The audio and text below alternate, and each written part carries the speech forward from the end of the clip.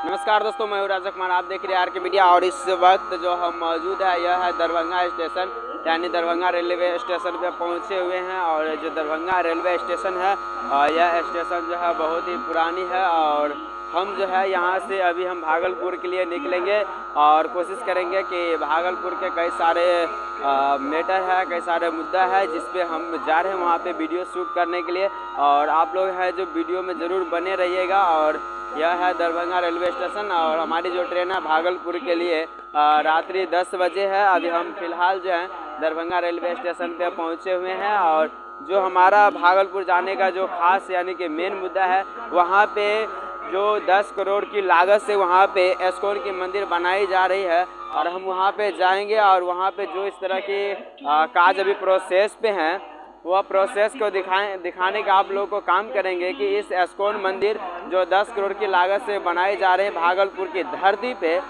तो वहाँ पे अभी तक कितना कार्य हुआ है वो सभी कार्य हम आप लोगों को साथ यानी कि शेयर करेंगे, दिखाने के काम करेंगे।